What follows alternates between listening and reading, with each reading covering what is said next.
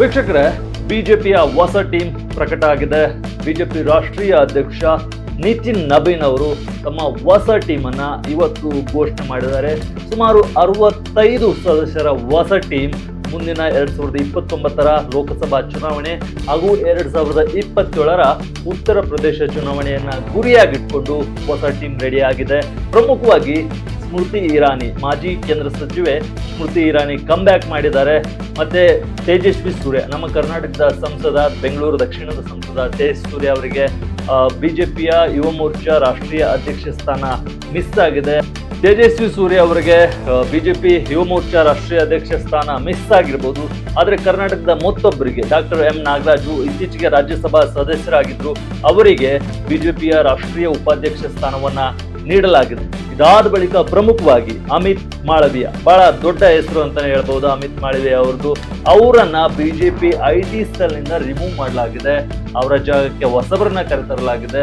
ಅದಲ್ಲದೆ IT cell ಅನ್ನ ಸಾಮಾಜಿಕ ಮಾಧ್ಯಮ ವಿಭಾಗ ಅಂತೇಳಿ ಹೊಸ ಹೆಸರಿನ ನಾಮಕರಣ ಮಾಡಿಕೊಂಡು ಹೊಸದಾಗಿ ಸ್ಟ್ರಕ್ಚರ್ ಅಲ್ಲ, ಕೇವಲ ಪರ್ಸನಲ್ ಅಲ್ಲ, ಇಲ್ಲಿ ಆರ್ಗನೈಸೇಷನಲ್ ಸ್ಟ್ರಕ್ಚರ್ ಅನ್ನು ಕೂಡ ಮಾಡಲಾಗಿದೆ. ನಿತಿನ್ ನಬೀನ್ ಟೀಮ್ ನಲ್ಲಿ 13 national vice president, 8 national general secretary, 16 national ಸೆಕ್ರೆಟರಿಗಳಿದ್ದಾರೆ.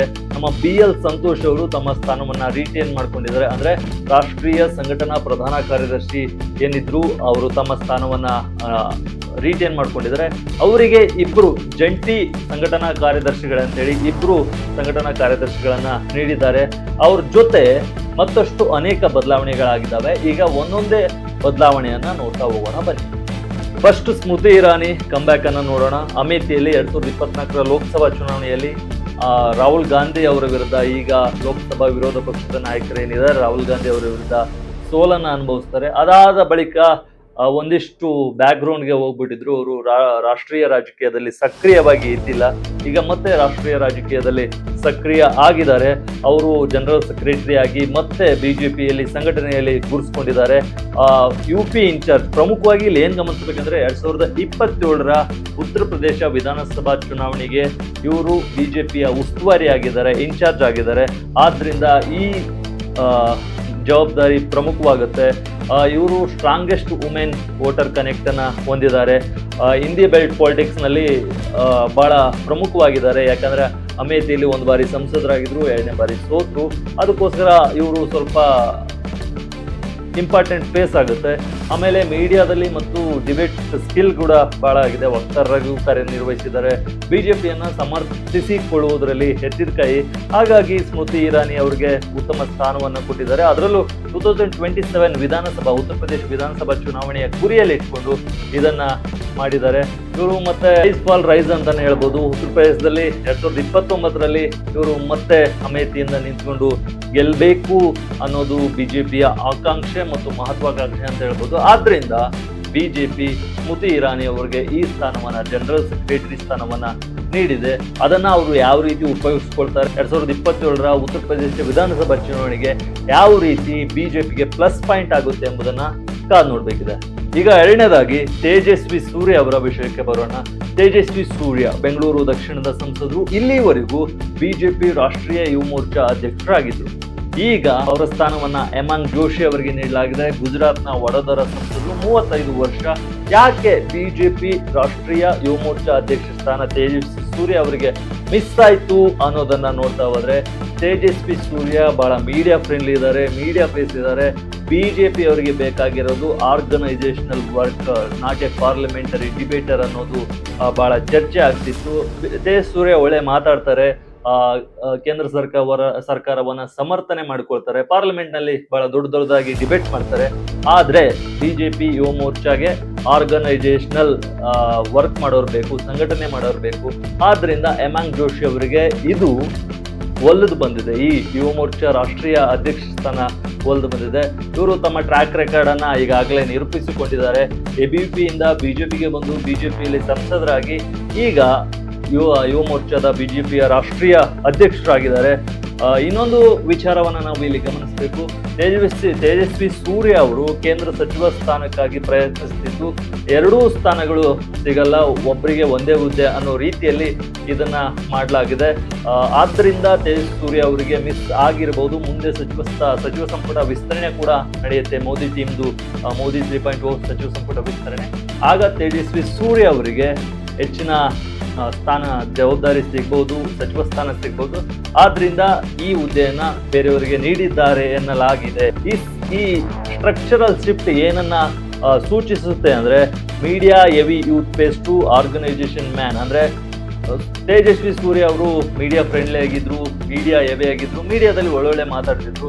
ಅಲ್ಲಿಂದ ಆರ್ಗನೈಸೇಷನಲ್ ಮ್ಯಾನ್ ಅಂದ್ರೆ ಹೇಮಂತ್ ಜೋಶಿ ಅವರನ್ನ ಕರ್ಕೊಂಡು ಯುವ ಮೋರ್ಚಾದಲ್ಲಿ ಸ್ವಲ್ಪ ಸಂಘಟನೆಯನ್ನ ಜಾಸ್ತಿ ಮಾಡೋಣ, ಇನ್ನೊಂದು ಸ್ವಲ್ಪ ಇಂಪ್ಯಾಕ್ಟ್ಫುಲ್ ಆಗಿ ಮಾಡೋಣ ಅನ್ನೋದು ಬಿಜೆಪಿಯ ರಾಷ್ಟ್ರೀಯ ಅಧ್ಯಕ್ಷರ ಒಂದು ಯೋಚನೆ ಆಗಿರ್ಬೋದು.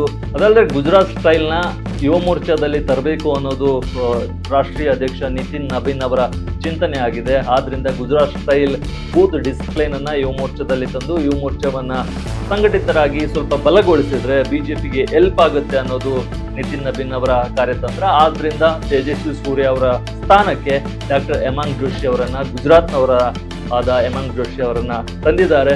ಇದು ಯಾವ ರೀತಿ ವರ್ಕ್ ಆಗುತ್ತೆ, ಯಾವ ರೀತಿ ಪ್ರತಿಫಲ ಕೊಡುತ್ತೆ ಅನ್ನೋದನ್ನ ನಾವು ಕಾದ್ ನೋಡ್ಬೇಕಿದೆ. ಈಗ ಮೂರನೇದಾಗಿ ಅಮಿತ್ ಮಾಳವಿಯಾ ಅವರ ವಿಚಾರವನ್ನ ನೋಡ್ತಾ ಹೋದ್ರೆ, IT ಸೆಲ್ನ ಮುಖ್ಯಸ್ಥರಾಗಿದ್ರು ಕಳೆದ 12 ವರ್ಷಗಳಿಂದ 2014ರಿಂದ ಇಲ್ಲಿವರೆಗೂ. ಏನು ಬಿಜೆಪಿ ಇಂಡಿಯಾದಲ್ಲಿ ಅಧಿಕಾರಕ್ಕೆ ಬಂದಿತ್ತು, ಅಲ್ಲಿಂದ ಇಲ್ಲಿವರೆಗೂ 12 ವರ್ಷಗಳ ಕಾಲ ಬಿಜೆಪಿಯ IT ಸೆಲ್ ಮುಖ್ಯಸ್ಥರಾಗಿದ್ರು ಅಮಿತ್ ಮಾಳವಿಯಾ. ಅವರು ಈಗ ತಮ್ಮ ಸ್ಥಾನವನ್ನ ತ್ಯಾಗ ಮಾಡಬೇಕಿದೆ. ಅದು ಯಾಕೆ ಅಂದ್ರೆ, ಕಳೆದ ತಿಂಗಳು ಬಹಳಷ್ಟು ಪ್ರತಿಭಟನೆಗಳಾದವು, ಜಂಜಿ ಪ್ರೊಟೆಸ್ಟ್ಗಳಾದವು. ಆ ಹಿನ್ನೆಲೆಯಲ್ಲಿ ಅಮಿತ್ ಮಾಳವಿಯಾ ಅವರ ಸ್ಥಾನವನ್ನ ತೆರವುಗೊಳಿಸಲಾಗಿದೆ ಎಂಬ ಮಾಹಿತಿ ಬರ್ತಾ ಇದೆ. ಆದ್ರೆ ಇದಕ್ಕೆ ಬಿಜೆಪಿ ಯಾವುದೇ ಕಾರಣವನ್ನ ಕೊಟ್ಟಿಲ್ಲ. ಇನ್ನೊಂದು ಪ್ರಮುಖ ವಿಚಾರ ಅಂದ್ರೆ, ಇಷ್ಟು ದಿನ IT ಸೆಲ್ ಏನಿತ್ತು, IT ಸೆಲ್ ಅನ್ನ ಈಗ ಸಾಮಾಜಿಕ ಮಾಧ್ಯಮ ವಿಭಾಗ ಅಂತೇಳಿ ಬಿಜೆಪಿ ಘೋಷಣೆ ಮಾಡಿದೆ, ಅಂದ್ರೆ ಮರುನಾಮಕರಣ ಮಾಡಿದೆ.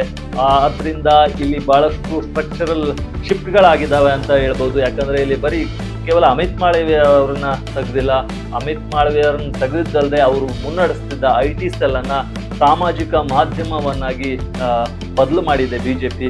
ಇದು ಯಾವ ರೀತಿ ಕಾರ್ಯತಂತ್ರ ಯಶಸ್ವಿಯಾಗುತ್ತೋ ಗೊತ್ತಿಲ್ಲ. But structural shift, organisational structural shift ಅನ್ನ ಬಿಜೆಪಿ ಮಾಡಿರೋದು ಕ್ಲಿಯರ್ ಆಗಿ ಕಾಣ್ತಿದೆ. ಅಮಿತ್ ಮಾಳವಿಯಾ ಅವರನ್ನ ತೆಗೆದು ಆ ಸ್ಥಾನಕ್ಕೆ ದೀಪಕ್ ಮಾಸ್ಕೆ ಅನ್ನೋರನ್ನ ತಗೊಂಡು ಬಂದಿದ್ದಾರೆ.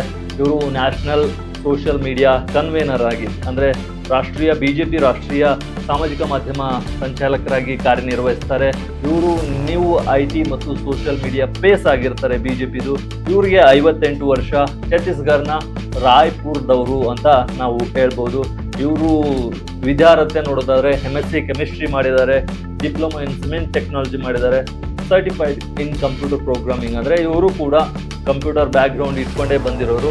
ಆಮೇಲೆ ಕೆಮಿಸ್ಟ್ರಿ ಪ್ರೊಫೆಸರ್ ಕೂಡ ಆಗಿದ್ರು. ಇದೆಲ್ಲವನ್ನ ನೋಡಿದ್ರೆ ನಿಮಗೆ ಬಹಳಷ್ಟು ವಿಷಯಗಳು ಗೊತ್ತಾಗುತ್ತೆ. ಕರ್ನಾಟಕದ ಇಬ್ಬರಿಗೆ ಪ್ರಮುಖವಾದ ಸ್ಥಾನಗಳು ಸಿಕ್ಕಿದಾವೆ. ಒಂದು DL ಸಂತೋಷ್ ಅವರು ಏನು ಇದ್ದಾರೆ, ಅವರು ಬಿಜೆಪಿಯ ರಾಷ್ಟ್ರೀಯ ಸಂಘಟನಾ ಪ್ರಧಾನ ಕಾರ್ಯದರ್ಶಿಯಾಗಿ ಮುಂದುವರಿತಿದ್ದಾರೆ. ಇನ್ನು ಡಾಕ್ಟರ್ M ನಾಗರಾಜ್ ಅವರಿಗೆ ಉಪಾಧ್ಯಕ್ಷ ಸ್ಥಾನ ಸಿಕ್ಕಿದೆ. ಈ ಎರಡು ಪ್ರಮುಖ ಬೆಳವಣಿಗೆಗಳು ನಡೆದಿದ್ದಾವೆ ಕರ್ನಾಟಕ ಬಿಜೆಪಿ ಮಟ್ಟಿಗೆ. ಇನ್ನು 2029 ಲೋಕಸಭಾ ಚುನಾವಣೆಗೆ ಪ್ಲಾನ್ ಇದು ಯಾವ ರೀತಿ ಆಗುತ್ತೆ ಅಂದ್ರೆ, ಮುಂದಿನ ವರ್ಷ ಬಹಳಷ್ಟು ಎಲೆಕ್ಷನ್ಗಳಿದ್ದಾವೆ. ಅದರಲ್ಲಿ ಉತ್ತರ ಪ್ರದೇಶ ಪ್ರಮುಖವಾಗಿ 400ಕ್ಕೂ ಹೆಚ್ಚು ವಿಧಾನಸಭಾ ಕ್ಷೇತ್ರಗಳನ್ನ ಹೊಂದಿರುವ ಉತ್ತರ ಪ್ರದೇಶ ಬಿಜೆಪಿಗೆ ಪ್ರಮುಖವಾಗಿದೆ. ಈಗ ಯೋಗಿ ಆದಿತ್ಯನಾಥ್ ಸರ್ಕಾರ ಇದೆ. ಬಟ್ ಒಂದಿಷ್ಟು ವಿರೋಧಗಳು, ಆಡಳಿತ ವಿರೋಧಿ ಅಲೆಗಳು ಕೂಡ ಇರೋದ್ರಿಂದ ಬಿಜೆಪಿಗೆ ಉತ್ತರ ಪ್ರದೇಶವನ್ನ ಗೆಲ್ಲುವುದು ಪ್ರಮುಖ ಸವಾಲಾಗಿದೆ, ಪ್ರಮುಖ ಪ್ರತಿಷ್ಠೆನೂ ಕೂಡ ಆಗಿದೆ.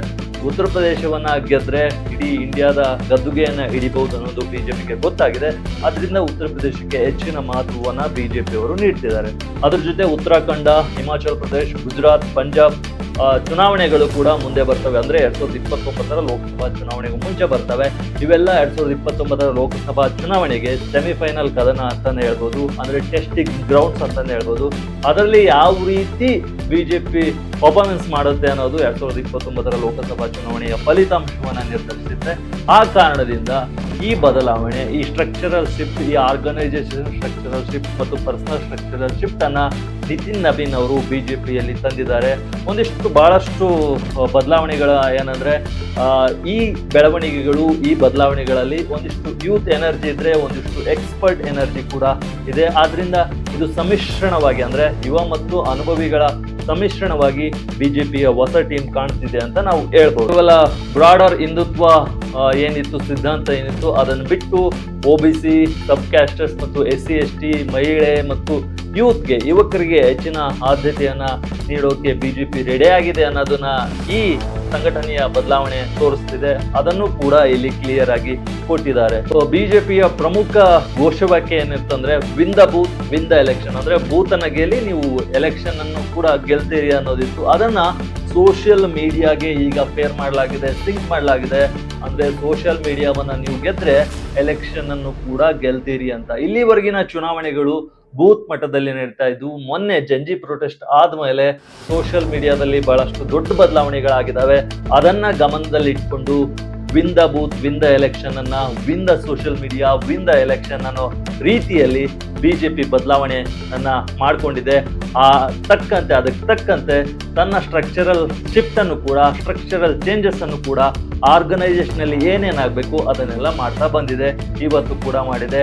ಆದ್ರಿಂದಾನೇ ಅಮಿತ್ ಮಾಳವಿ ಅವರನ್ನ ಔಟ್ ಮಾಡಿ, ಅಮಿತ್ ಮಾಳವಿ ಅವರನ್ನ ಮನೆ ಕಳಿಸಿ ಅವರ ಸ್ಥಾನಕ್ಕೆ ದೀಪಕ್ ಮಾಸ್ಕೆ ಅವರನ್ನ ತಂದು IT ಸೆಲ್ ಅನ್ನ ಸಾಮಾಜಿಕ ಮಾಧ್ಯಮ ವಿಭಾಗವನ್ನಾಗಿ ಮಾಡಲಾಗಿದೆ. ಓಕೆ, ನೋಡಿದ್ರಲ್ಲ ವೀಕ್ಷಕರೇ, ಸ್ಮೃತಿ ಇರಾನಿ ಅವರ ಕಮ್ ಬ್ಯಾಕ್, ತೇಜಸ್ವಿ ಸೂರ್ಯ ಅವರ ಔಟ್ ಮತ್ತು ಹೇಮಾಂಗ್ ಜೋಶಿ ಅವರ ಇನ್, ಹಾಗೂ ಅಮಿತ್ ಮಾಳವಿಯ ಪ್ರಮುಖ ಹುದ್ದೆಯನ್ನ, ಜವಾಬ್ದಾರಿಯನ್ನ ಇಷ್ಟು ವರ್ಷ ನಿರ್ವಹಿಸಿದ್ರು. ಅಮಿತ್ ಮಾಳವಿ ಅವರನ್ನ ತೆಗೆದು ಅವರ ಸ್ಥಾನಕ್ಕೆ ದೀಪಕ್ ಮಾಸ್ಕೆ ಅವರನ್ನ ತಗೊಂಡ್ಬಂದಿದೆ ಬಿಜೆಪಿ. ಅದಲ್ಲದೆ IT ಸೆಲ್ ಅನ್ನ ಸಾಮಾಜಿಕ ಮಾಧ್ಯಮ ವಿಭಾಗ ಅಂತೇಳಿ ಮಾಡಿಕೊಂಡು ಬಹಳಷ್ಟು ಬದಲಾವಣೆಗಳನ್ನ ತಗೊಂಡ್ಬಂದಿದೆ. 2027ರ ಉತ್ತರ ಪ್ರದೇಶ ಎಲೆಕ್ಷನ್ ಹಾಗೂ 2029ರ ಲೋಕಸಭಾ ಚುನಾವಣೆಯನ್ನ ಗಮನದಲ್ಲಿ ಇಟ್ಕೊಂಡು ಬಿಜೆಪಿಯ ರಾಷ್ಟ್ರೀಯ ಅಧ್ಯಕ್ಷ ನಿತಿನ್ ನಬೀನ್ ಅವರು ಈ ಬದಲಾವಣೆಗಳನ್ನ ಮಾಡಿದ್ದಾರೆ. ಆದ್ರೆ ಸಂಸದೀಯ ಮಂಡಳಿಯಲ್ಲಿ ಯಾವುದೇ ಬದಲಾವಣೆಗಳು ಆಗಿಲ್ಲ. ಪ್ರಧಾನಿ ನರೇಂದ್ರ ಮೋದಿ ನೇತೃತ್ವವನ್ನು ವಹಿಸಿಕೊಂಡಿದ್ದಾರೆ. ಅಮಿತ್ ಶಾ ಇದ್ದಾರೆ, ರಾಜನಾಥ್ ಸಿಂಗ್ ಇದ್ದಾರೆ, ನಮ್ಮ ಮಾಜಿ CM BS ಯಡಿಯೂರಪ್ಪನವರು ಕೂಡ ಅದರಲ್ಲಿದ್ದಾರೆ. ಅದರಲ್ಲಿ ಯಾವುದೇ ಬದಲಾವಣೆಗಳಾಗಿಲ್ಲ. ಅದರ ಕೆಳಗೆ ಬರುವ ಎಲ್ಲಾ ಸ್ಥಾನಗಳಲ್ಲೂ ಬದಲಾವಣೆಗಳಾಗಿದ್ದಾವೆ. ನಮ್ಮ BL ಸಂತೋಷ್ ಅವರು ತಮ್ಮ ಸ್ಥಾನವನ್ನ ರಿಟೈನ್ ಮಾಡ್ಕೊಂಡಿದ್ದಾರೆ. ವಿನೋದ್ ತಾವಡೆ ಅವರು ರಿಟೈನ್ ಮಾಡ್ಕೊಂಡಿದ್ದಾರೆ. ಈ ರೀತಿ ಒಂದಿಷ್ಟು ಜನ ರಿಟೈನ್ ಮಾಡ್ಕೊಂಡಿದ್ರೆ ಒಂದಿಷ್ಟು ಜನ ತಮ್ಮ ಸ್ಥಾನವನ್ನ ತೊರೆಯಬೇಕಾದ ಅನಿವಾರ್ಯತೆ ಇದೆ.